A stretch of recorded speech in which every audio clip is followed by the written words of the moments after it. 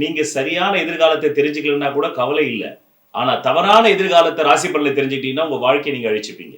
So ராசி பலன் உங்களுக்கு பலிக்கணும்னா உங்கள் அடிப்படை ஜாதகத்தில் 5 கிரகங்களாவது ஜோதிட சாஸ்திரத்தில் சொல்லப்பட்டதை போல் பூரண பலம் பெற்றிருக்கணும். நல்லா புரிஞ்சுக்கணும். பூரணம்னா ஜோதிடத்துல 15 ஆங்கிள் பலம் பெற்றிருக்கணும். அதுக்கு மேல கோடான கோடி கோள்கள் இருக்கு. ஆனா அது இந்த பூமியின் மீது ஆதிக்கம் செலுத்துவதில்லை, தாக்கத்தை செலுத்துவதில்லை.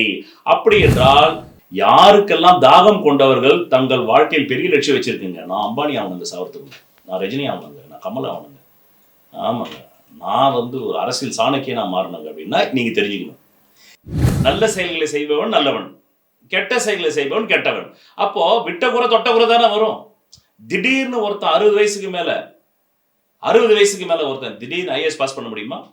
60 வயசுக்கு மேல எம்பிபிஎஸ் படிக்க முடியுமா? இளமையில் கல்லுன்னா உங்களுடைய ஆசை. நீங்கள் உங்களுக்கு வெக்க தெரியாது உங்களுக்கு, அதனால நீங்க ஜோசியரை படிக்கிறீங்க. ஜோசியத்துக்குள்ள இவ்வளவு செட்டப் இருக்குது. இதெல்லாம் இருந்தா நீங்க ராசி பலனே பார்க்க மாட்டீங்க முதல்ல. ஏன்னா உங்களுக்கு தான் எல்லாம் வந்துட்டு இருக்குமே.